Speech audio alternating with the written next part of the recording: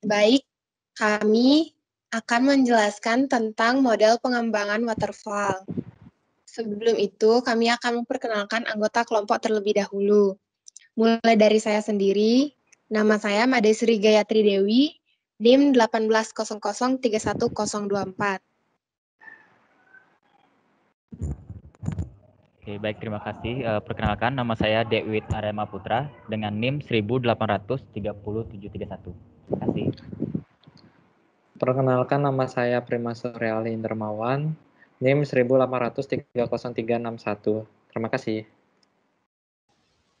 Perkenalkan, nama saya Nilo Ariantini, NIM 1800301118. Terima kasih. Perkenalkan, nama saya Ibu Rizky Ari Darmadiasa, NIM 1830767.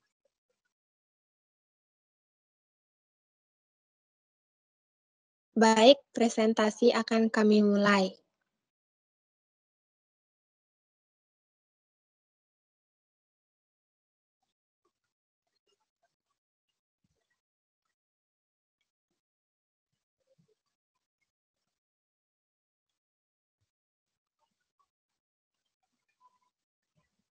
Baik, presentasi akan saya lanjutkan.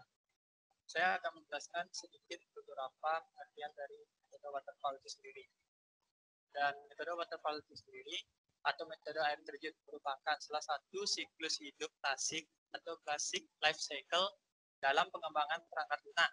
Metode ini menggambarkan pendekatan yang cukup sistematis juga berurutan pada pengembangan software. Lalu pada metode waterfall sendiri ada beberapa tahapan, mulai dari spesifikasi kebutuhan pengguna, perencanaan, pemodelan, konstruksi, penyerahan sistem pengguna, serta perawatan sistem atau maintenance. Itu merupakan gambaran dari metode waterfall. Ada requirement analysis, yaitu spesifikasi kebutuhan, ada desain untuk perencanaan, ada implementasi atau penerapan, testing, dan maintenance. Lanjut, dalam metode waterfall, jika tahapan 1 belum selesai, maka tahapan 2 tidak bisa berjalan begitu seterusnya. Semua tahapan saling berkaitan dan masing-masing harus dikerjakan secara detail dan terdokumentasi. Yang dimana, jika dilihat dari gambar waterfall ini, yang dimana yang pertama ada requirement analysis, yaitu menganalisis. Jika analisis belum dilaksanakan, tidak bisa ke tahap implementasi ataupun ke testing maupun maintenance. Maka dari itu akan mulainya dari atas requirement analysis, baru turun ke bawah ke desain, kemudian implementasi, testing, yang terakhir maintenance atau perawatan. Seterusnya, dan setiap spesifikasi persyaratan dan tujuan sistem terdefinisikan secara detail di tahapan awal requirement dan desain sebelum masuk pada proses pengerjaan atau implementasi, dikarenakan metode waterfall tidak mengkoordinir perubahan di tengah proses pengembangan. Pihak klien sendiri tidak bisa melakukan intervensi pada programmer, berbeda dengan beberapa model pengembangan yang lain. Memungkinkan keduanya berkomunikasi untuk menentukan atau merevisi pekerjaan di tahap pengkoordinatan. Maka dari itu, metode waterfall umumnya digunakan pada proyek pembuatan sistem besar dengan kompleksitas tinggi serta membutuhkan sumber daya manusia yang banyak dalam penggunaannya. Baiklah, presentasi akan dilanjutkan oleh Dery. Baik, saya akan melanjutkan presentasi. Saya akan menjelaskan tentang karakteristik model pengembangan waterfall.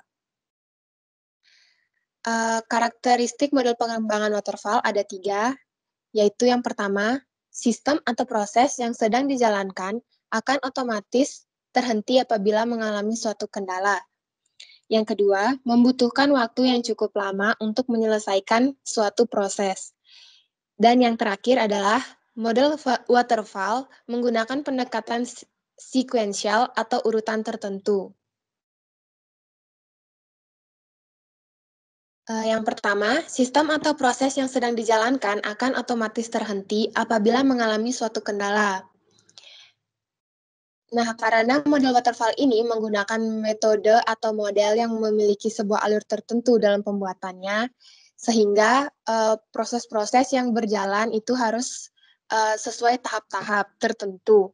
Jadi ketika terjadi suatu masalah, maka proses yang terkena masalah tidak dapat dilanjutkan. Jadi kita harus menyelesaikan masalah tersebut sebelum dapat menjalankan proses berikutnya. Yang kedua, membutuhkan waktu yang cukup lama untuk menyelesaikan suatu proses. Dalam menggunakan model pengembangan waterfall ini, kita itu harus mengharuskan kita untuk melalui proses sesuai dengan tahap-tahapnya. Karena kita tidak bisa melewati atau melompati proses-proses yang lain. Maka dari itu, hal ini menyebabkan proses yang dibutuhkan untuk model pengembangan waterfall ini cenderung disarankan untuk tidak menggunakan model pengembangan ini pada sebuah proyek yang sudah terjadwal ataupun memiliki deadline. Yang ketiga, model waterfall menggunakan pendekatan sequential alias urutan tertentu. Sistem pendekatan yang digunakan oleh model waterfall ini merupakan pendekatan yang sifatnya bertahap dan juga berurutan, atau yang dikenal dengan nama sequential. Jadi seperti tadi, karena prosesnya itu harus bertahap, jadi model waterfall ini dinamakan menggunakan pendekatan. Yang pertama, bisa dianalisa lebih mendalam dan dilakukan troubleshooting jika terdapat sebuah masalah. Yang kedua, menghindari aplikasi dengan bug atau error. Yang ketiga, menghasilkan aplikasi yang lebih Yang keempat, setiap proses akan dijalani secara teliti dan juga presisi. Dan yang terakhir, aplikasi akan menjadi lebih bermanfaat karena benar-benar dibuat secara bertahap tanpa bisa melewati tahap atau proses lainnya. Baik, selanjutnya presentasi akan dilanjutkan oleh rekan saya. Terima kasih. Tahapan modeling pengembang waterfall. Tahapan pengembangan waterfall yang dibutuhkan adalah requirement analysis definition, lalu diturunkan ke sistem and software design, diturunkan lagi ke implementation and unit, diturunkan lagi ke integration and system, diturunkan lagi ke operation and maintenance.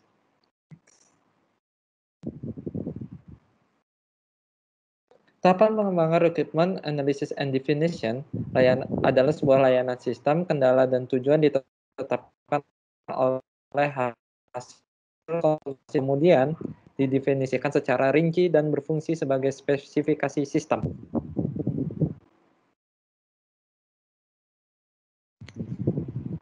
System and software design, tahapan rancangan sistem mengolahkan kebutuhan sistem baik perangkat keras maupun perangkat lunak dengan membentuk arsitektur sistem secara keseluruhan. Perancangan perangkat lunak melibatkan identifikasi dan pengembangan abstraksi sistem dasar perangkat lunak dan hubungannya.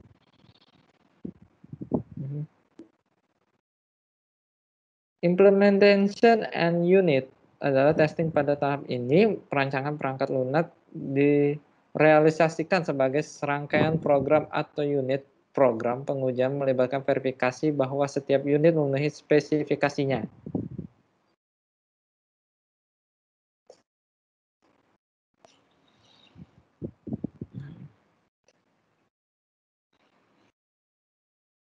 Integration and systems. Testing unit-unit individu, program atau program digabung dan diuji sebagai sebuah sistem lengkap untuk memastikan apakah sesuai dengan kebutuhan perangkat lunak atau tidak. Setelah pengujian, perangkat lunak dapat dikirimkan ke customer.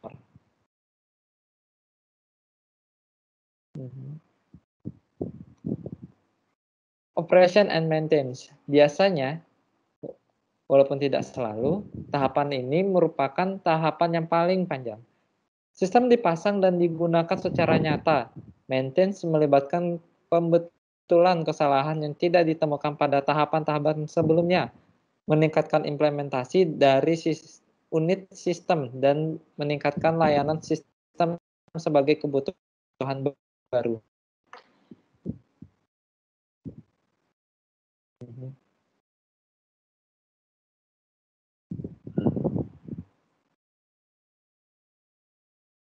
Sekian dari pembahasan saya, terima kasih.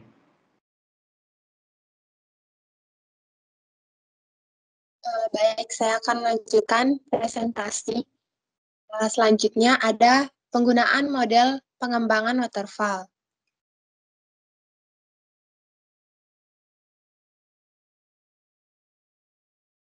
Penggunaan model pengembangan waterfall. Yang pertama, ketika semua persyaratan yang diajukan sudah dipahami dengan baik pada awal pengembangan program. 2. Definisi produk bersifat stabil dan tidak ada perubahan yang dilakukan saat pengembangan untuk alasan apapun. Oleh karena itu, teknologi yang digunakan juga harus sudah dipahami dengan baik. Yang ketiga, menghasilkan produk baru atau produk dengan versi baru sebenarnya.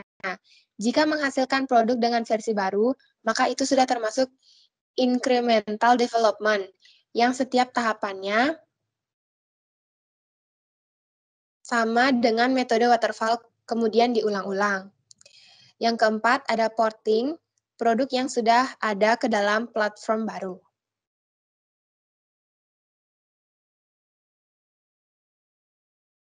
Dengan demikian, metode waterfall dianggap pendekatan yang lebih cocok digunakan untuk proyek pembuatan sistem baru dan juga pengembangan software dengan tingkat resiko yang kecil, serta waktu pengembangan yang cukup lama. Tetapi salah satu kelemahan paling mendasar adalah menyamakan pengembangan hardware dan software dengan meniadakan perubahan saat pengembangan, padahal error diketahui saat software dijalankan, dan perubahan-perubahan akan sering terjadi. Baik, sekian presentasi dari saya. Selanjutnya akan dilanjutkan oleh rekan saya. Terima kasih.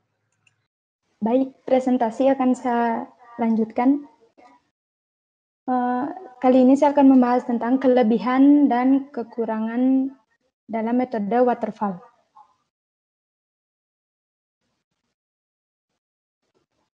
Dalam kelebihan model waterfall, yang pertama itu memiliki proses yang urut mulai dari analisis hingga support. Setiap proses memiliki spesifikasinya sendiri, sehingga sebuah sistem dapat dikembangkan sesuai dengan apa yang dikehendaki. Tepat.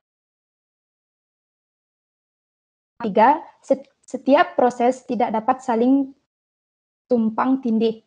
Yang keempat, ada kualitas dari sistem yang dihasilkan akan baik. Ini dikarenakan oleh pelaksanaannya secara bertahap sehingga tidak terfokus pada tahap tertentu. Adapun yang kelima, dokumen pengembangan sistem sangat terorganisir karena setiap fase harus terselesaikan dengan lengkap sebelum melangkah ke fase berikutnya. Jadi setiap fase atau tahapan akan mempunyai dokumen tertentu.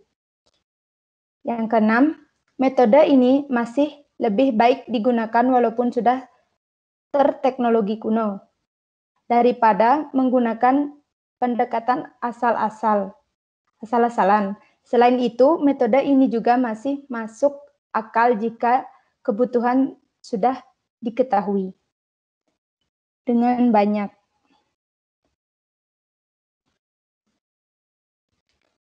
Terus kelebihan selanjutnya, proses yang dilakukan cenderung panjang dan juga lama. Biaya digunakan metode yang cenderung mahal, membutuhkan banyak riset dan juga penelitian. Pendukung untuk mengembangkan sistem menggunakan metode waterfall.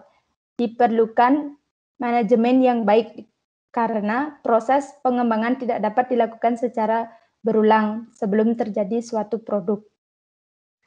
Kesalahan kecil akan menjadi masalah besar jika tidak diketahui sejak awal pengembangan yang berakibat pada tahapan selanjutnya. Adapun kelemahannya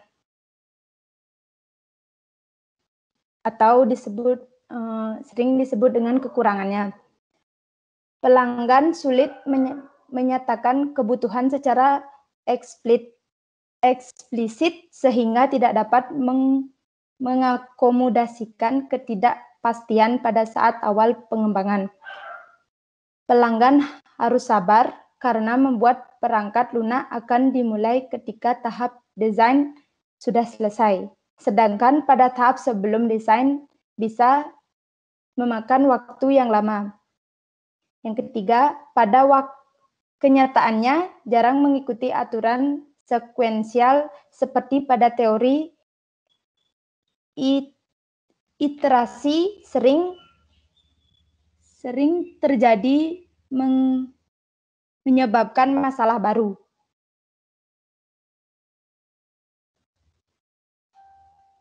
Sekian dari presentasi saya. Akan dilanjutkan oleh rekan saya. Terima kasih.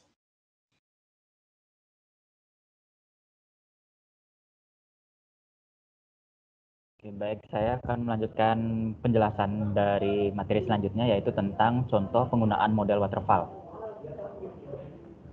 Adapun contoh dari penggunaan model waterfall itu mengembangkan aplikasi perusahaan seperti sistem Customer Relationship Management, Human Resource Management, Supply Chain Management, Inventory Management System, dan Point of Sale.